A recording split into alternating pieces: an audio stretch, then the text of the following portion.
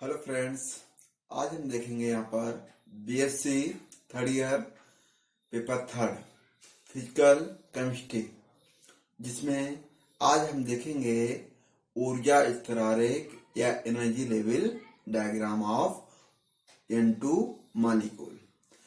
तो नाइट्रोजन अणु का ऊर्जा स्तर आरेख है, उसके बारे में आज हम यहाँ पर देखेंगे कि जो ऊर्जा स्तर आरेख है वो किस तरह बनता है और इसमें जो आणविक विन्यास होता है वो किस तरह होगा और इसका बॉन्ड ऑर्डर किस तरह निकलेगा और यहाँ पर इसकी जो मैग्नेटिक नेचर है या चुंबकीय प्रकृति है वो क्या होगी, वो हम इस वीडियो के माध्यम से यहाँ पर जानेंगे। और इसका जो एनर्जी लेवल डायग्राम है उसको हम किस तरह बनाते हैं। तो आइए हम यहाँ पर स्टार्ट करते हैं एंटी मॉलिक्यूल। कहने मतलब ये है N2 मॉलिक्यूल, नाइट्रोजन अणु। तो सबसे पहले हम आपको बताना चाहते हैं कि नाइट्रोजन जो है या नाइट्रोजन अणु है उसमें दो नाइट्रोजन परमाणु होते हैं और प्रत्येक नाइट्रोजन परमाणु में 7 इलेक्ट्रॉन होते हैं या 7 इलेक्ट्रॉन होते हैं। तो यहाँ पर जितने भी आपके इलेक्ट्रॉन हैं 7 + 7 = 14 इलेक्ट्रॉन, जो कि 14 इलेक्ट्रॉन कहाँ जाएंगे N2 मॉलिक्यूल में। तो यहाँ पर हम देखते हैं कि जो हमारा नाइट्रोजन है उसका एटॉमिक नंबर 7 होता है और उसमें 7 इलेक्ट्रॉन होते हैं। तो देखते हैं यहाँ पर हम सबसे पहले N2 अणु, प्रत्येक नाइट्रोजन परमाणु में 7 इलेक्ट्रॉन होते हैं, अतः N2 अणु में 14 इलेक्ट्रॉन होते हैं। अतः N2 अणु का इलेक्ट्रॉनिक विन्यास निम्नलिखित है। तो यहाँ पर हम देखते हैं जो N2 अणु का विन्यास है वो कुछ इस तरह होता है। तो N2 अणु का जो विन्यास है किस तरह होगा ये देखते हैं यहाँ पर।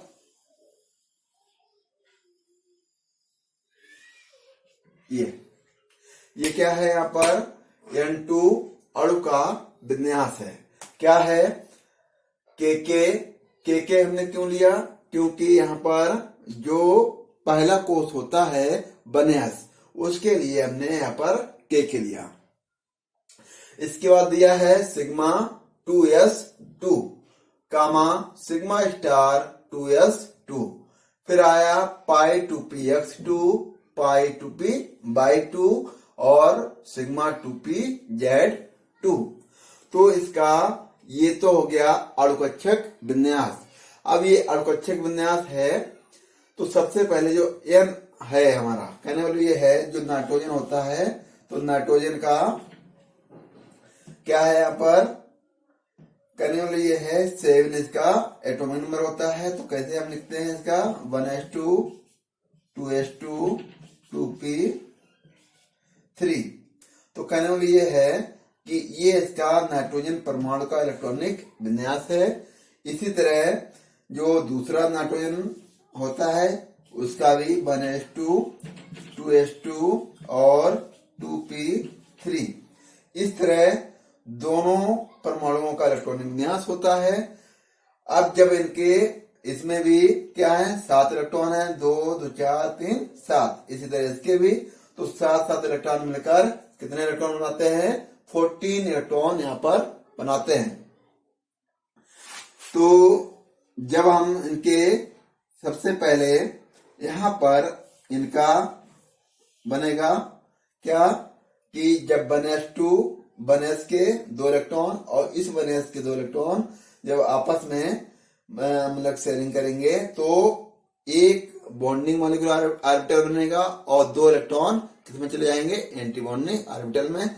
वो हम अभी फिगर के माध्यम से देखेंगे।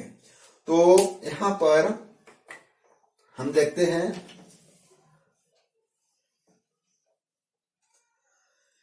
कि जो हमारा N2 अणु है उसका जो N2 अणु का जो विन्यास है वो इस तरह होगा।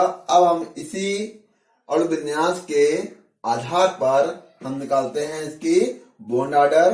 क्या निकालेंगे? बंधन कोटि या बॉन्ड ऑर्डर। तो बॉन्ड ऑर्डर का जो फार्मूला होता है वो होता है 1/2 NB माइनस NA। तो हमने यहाँ पर लिखा हुआ है NB माइनस NA/2। तो जो क्या है, ये है आपका नंबर ऑफ बॉन्डिंग इलेक्ट्रॉन्स और ये है number of anti bonding electrons. तो यहाँ पर हम जितने भी बॉन्डिंग मॉलिक्यूलर ऑर्बिटल में इलेक्ट्रॉन भरेंगे उनको लिखेंगे। यहाँ पर जितने एंटी बॉन्डिंग मॉलिक्यूलर ऑर्बिटल में इलेक्ट्रॉन भरेंगे वो हम यहाँ लिखेंगे और अपान 2 करेंगे। तो यहाँ पर हम देखते हैं कि बॉन्डिंग ऑर्बिटल कितने हैं, 2, 4, 6, 8। तो 8 हो गए यहाँ पर। अब एंटी बॉन्डिंग को हम स्टार चिन्ह से रिप्रेजेंट करते हैं। तो यहाँ पर 2 है तो 2 हो गए, अपान 2 किया तो हमारा जो आंसर आया यहाँ पर वो कितना आया, 3। तो कहने वाला ये है कि यहाँ पर जो नाइट्रोजन मॉलिक्यूल होता है उसमें उसके प्रत्येक ऑर्बिटल जो है वो पूरे भरे हुए हैं। कहने वाला ये है यहाँ पर चाहे तो बॉन्डिंग मॉलिक्यूलर ऑर्बिटल हो या एंटी बॉन्डिंग, प्रत्येक पूरा फिल है।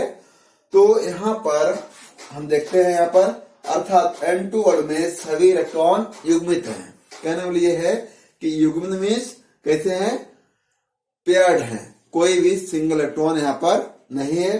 तो प्रत्येक में जितने भी इलेक्ट्रॉन भरे हुए हैं वो सभी कैसे हैं, पेयर्ड हैं। तो जिसके कारण ये जो N2 अणु है वो कैसा होगा, आपका डायमैग्नेटिक होता है या प्रतिचुंबकीय होता है।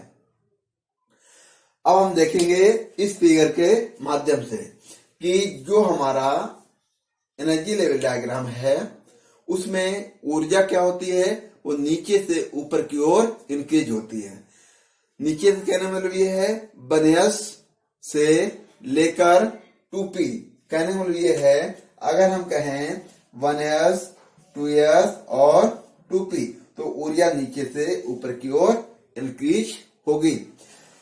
हम इस फिगर के माध्यम से यही जानेंगे कि ऊर्जा नीचे से ऊपर की ओर इंक्रीज होगी और किस ऑर्बिटल में कैसे इलेक्ट्रॉन यहाँ पर फिल होते हैं। तो हम अभी यहाँ पर शुरुआत करेंगे। तो हम यहाँ पर देखेंगे इस फिगर के माध्यम से कि ये जो फिगर है वो हमने लिया हुआ है कि सबसे पहले हम यहाँ पर जो ये है ये एटॉमिक ऑर्बिटल होते हैं। क्या होता है, एटॉमिक ऑर्बिटल। ये एटॉमिक ऑर्बिटल, ये भी एटॉमिक ऑर्बिटल। इसको यहां पर हम लिख दे रहे हैं, ये है एटॉमिक ऑर्बिटल और ये है मॉलिक्यूलर ऑर्बिटल। इसको बोलेंगे मॉलिक्यूलर ऑर्बिटल। ये है मॉलिक्यूलर ऑर्बिटल। तो कहने वाला ये है कि एटॉमिक ऑर्बिटल ये है किसके, नाइट्रोजन परमाणु जो है उसका 1s, जैसे कि अभी हमने किया था यहां पर, जैसे कि जो नाइट्रोजन है 7 होता है तो उसका 1s2, 2s2 और 2p3 होता है। तो इसी तरह यहां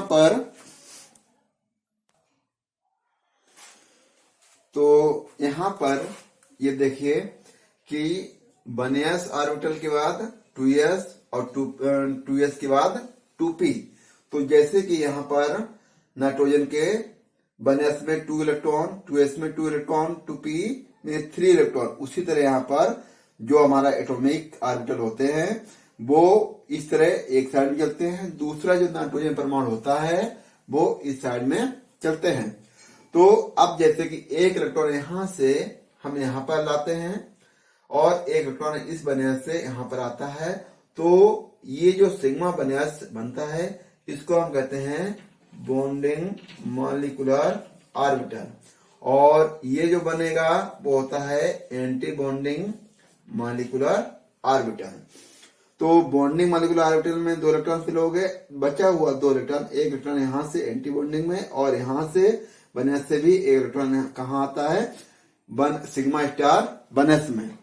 तो ये जो एक इलेक्ट्रॉन यहाँ पर, एक सिग्मा बनस में, तो ये हो गया सिग्मा बनस to bonding molecular orbital.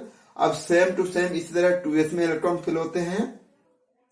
2s का जो एटॉमिक ऑर्बिटल है, यहां से एक इलेक्ट्रॉन बॉन्डिंग मॉलिक्यूलर ऑर्बिटल में और इस 2s से एक इलेक्ट्रॉन बॉन्डिंग मॉलिक्यूलर आकर ये सिग्मा 2s का निर्माण करता है।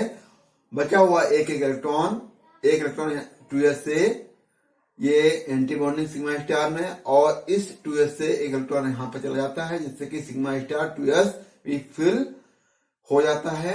अब हम देखते हैं यहाँ पर 2p ऑर्बिटल, जो कि नाइट्रोजन के एटम के ऑर्बिटल हैं, क्योंकि यहाँ पर px, py और pz होता है।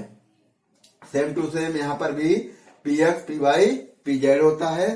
तो यहाँ पर जो px और py है वो यहाँ पर एक px से एक इलेक्ट्रॉन, यहाँ पर इस px से एक इलेक्ट्रॉन आकर ये पाई 2px में फिर हो जाते हैं। उसी तरह 2py में एक इलेक्ट्रॉन और 2py में एक इलेक्ट्रॉन आकर ये यहाँ पर पाई 2py में पूरा फिल हो जाता है।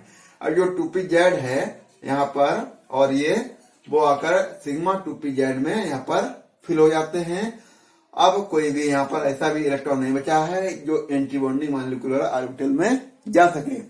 तो हमने देखा कि जो ऊर्जा है वो नीचे से ऊपर की ओर क्या हो रही है, इंक्रीज हो रही है, क्या बढ़ रही है, क्योंकि सबसे कम ऊर्जा किसकी होगी यहाँ पर, सिग्मा बनस की, और सबसे अधिक जो ऊर्जा होगी वो सिग्मा स्टार 2pz की होगी। और कहने का मतलब ये है यहाँ पर क्योंकि सिग्मा स्टार 2pz में कोई भी इलेक्ट्रॉन नहीं फिल हुआ है, तो हम कहां तक लेंगे कि सबसे अधिक ऊर्जा जो किसकी होगी इस ऑर्बिटल में, सिग्मा 2pz की होगी। तो आई होप आपको जो नाइट्रोजन का मॉलिक्यूल है उसकी आपको अच्छे से समझ में आया होगा। धन्यवाद।